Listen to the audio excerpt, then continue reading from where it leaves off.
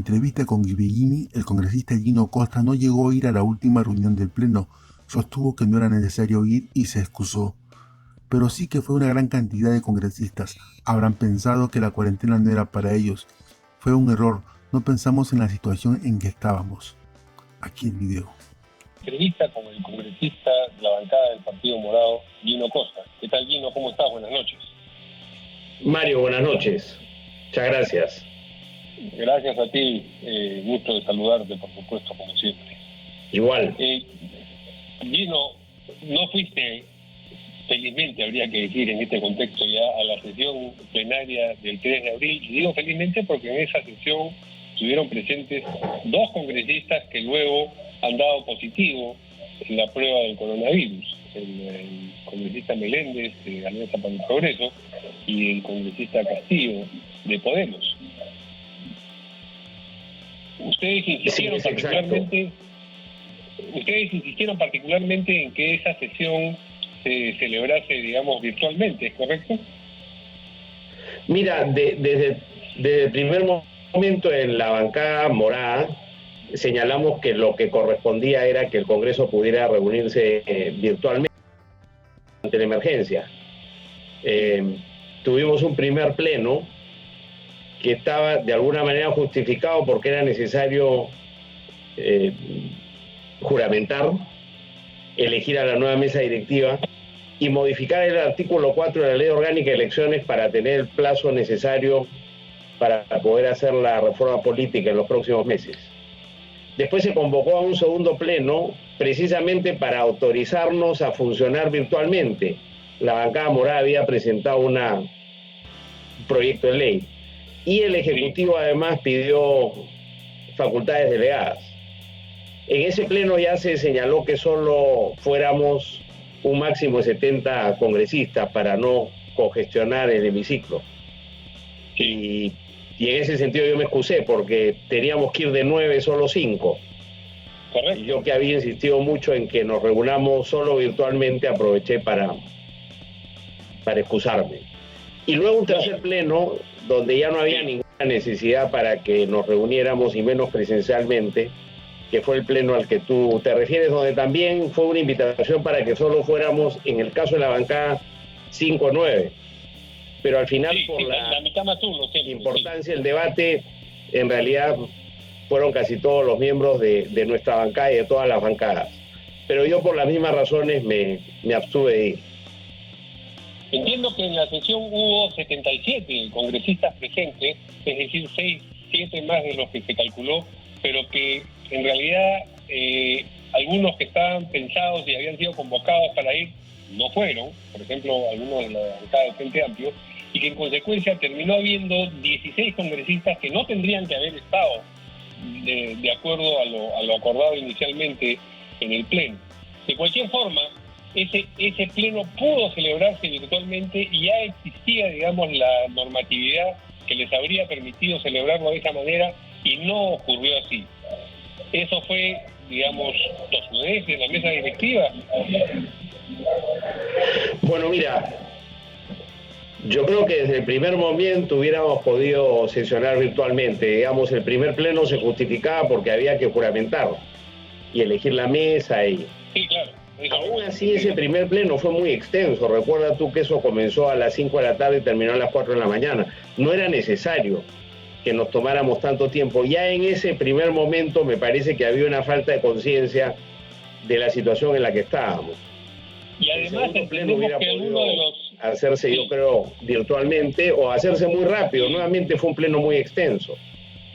Sí. Y el pleno lo mismo. De manera que yo creo que el error ha sido no haber, digamos, valorado bien la situación en la que nos encontrábamos y haber señalado que el funcionamiento del Congreso en la emergencia, salvo, por ejemplo, para instalarse y para otorgar facultades, ¿no? Sí. No tenía mayor justificación, no era un asunto esencial, no era una tarea esencial del Estado, digamos. Y además, entonces, al no haber dado ese señal, los propios congresistas también han estado haciendo actividades por sus, digamos, proselitistas o parlamentarias fuera del hemiciclo, ¿no? lo han dicho los congresistas que están contagiados al dar a conocer el resultado positivo de sus pruebas, que en adelante cumplirán con la cuarentena. O sea, no venían cumpliendo con la cuarentena porque se entendía que, en fin, las actividades parlamentarias justificaban plenamente que los congresistas continuaran con sus actividades. Yo creo que eso ha sido un error. Sí, claro, porque estos dos congresistas que han estado en la sesión de 3 de abril pueden haber contagiado a otros congresistas, circunstancia en la cual nos enteraremos en los próximos días, y es que ojalá no sea así, pero sí es que ocurriera. Además entendemos que luego de la aprobación de la ley relativa a las AFP, como luego de la juramentación, algunos congresistas se abrazaron, lo que claro, digamos, uno puede entender que tengan algunos entusiasmos por las leyes aprobadas o por la juramentación, pero ciertamente está alejado del protocolo que recomendaba en las precauciones sanitarias, ¿no? Sí, sin ninguna duda. Yo no sé por qué muchos colegas han pensado que la cuarentena no era para nosotros, estábamos más allá de ella, y no solo por las sesiones presenciales que han habido, que hubieran podido ser más breves o haber... Por las actividades paralelas, dices tú, sí. Sino por las actividades paralelas, o sea, no solo pueden haber contagiado a otros congresistas y trabajadores del Congreso, sino que sus actividades fuera del Congreso, de hecho, pueden haber también sido elemento de contagio a ciudadanos comunes y corrientes que, por ejemplo, recibían ayuda de los municipios, ¿no?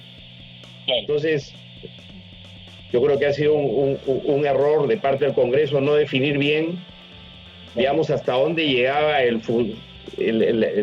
carácter, digamos, esencial del funcionamiento del Congreso en una situación así, y limitarlo exclusivamente a esas actividades, como lo ha hecho el Poder Judicial, el Ministerio Público y el propio Poder Ejecutivo, ¿no? Sí, bueno, ojalá que a partir de ahora ya, ante lo dramático de la situación, 3 congresistas infectados se tomen las medidas adecuadas. En lo que concierne al Partido Morado, yo sé que tú no eres militante del Partido Morado, has sido invitado y en esa condición estás en la bancada, pero de todas maneras lo que ocurre con esa organización política tiene un efecto en el ejercicio que haces tú del cargo que tienes. Ha presentado o ha divulgado un comunicado en el que Julio Guzmán dice que va a haber una reingeniería del partido, una reingeniería de un partido que hace poco se ha inscrito. ¿Qué cosa es lo que tienen que readaptar, digamos, tan rápidamente? Yo me imagino, Mario, que se está refiriendo a los ajustes que tiene que hacer el partido de cara a las elecciones del 2021 y las que vienen en el 2022. Considerando la ingeniería es una cosa un poco más profunda que eso, ¿no? Los propios resultados de las últimas elecciones, ¿no? Donde, digamos, las expectativas eran superiores y por tanto hay que hacer ajustes internos para que esos resultados sean mejores en las elecciones que tenemos el 2021 y el 2022. Así entiendo yo el anuncio hecho por Julio Guzmán. Claro, lo que pasa es que reingeniería suena a algo un poco más intensivo que ajuste, ¿no? Bien, sí, digo, bueno, la búsqueda de nuevos liderazgos, por ejemplo, el comunicado habla de eso, ¿no es cierto? De cómo encarar el próximo proceso electoral, los candidatos para el mismo. Todo eso requiere pues un esfuerzo para hacer los ajustes necesarios, ¿no? Llámalo tú de ingeniería o no, yo los entiendo de esa manera. Muy bien. Me parece plenamente justificado. Ok. Quería, Gino, aprovechar el hecho de que tú has sido ministro del Interior para comentar también lo que ha sucedido hoy en una comisaría de Breña, donde se detectó que había un caso positivo de un oficial que había sido traído de un efectivo, en realidad no sé si oficial, que había sido traído de Pucallpa. Esto produjo una cierta desazón, produjo desazón en la comisaría.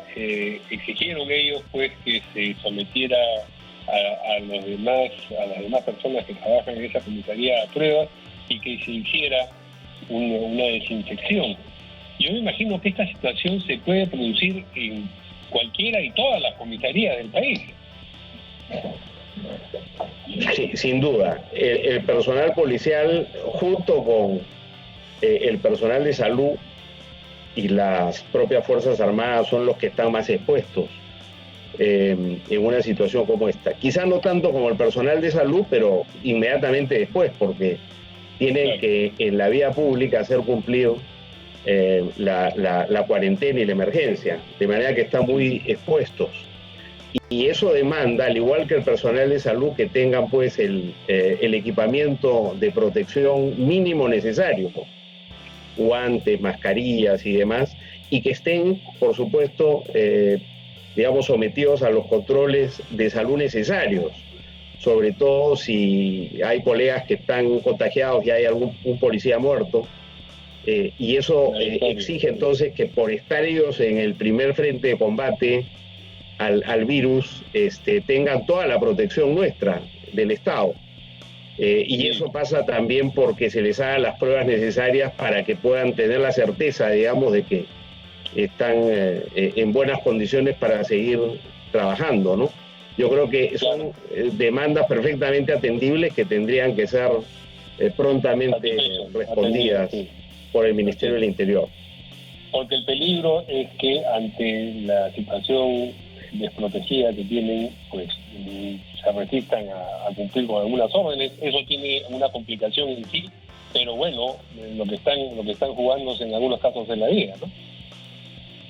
Lógico, y no queremos llegar a situaciones extremas de insubordinación, ¿no es cierto? Eso depende de la prontitud con que el mando policial y el propio mando político del ministerio atienda, como digo, esas demandas que me parecen absolutamente pertinentes, ¿no? Hay que darle al personal que está exponiéndose, hay que darle la protección, los guantes, las mascarillas, en fin, lo que necesiten, y por supuesto las pruebas que demuestren de que la exposición no los está contagiando.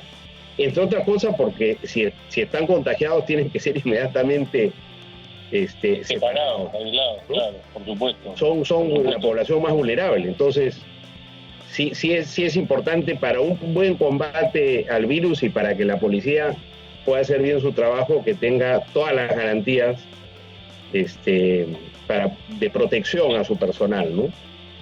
Evidentemente, en esta comisaría entendemos que hay 98 agentes, de manera que uno infectado, imagínense lo que puede producir.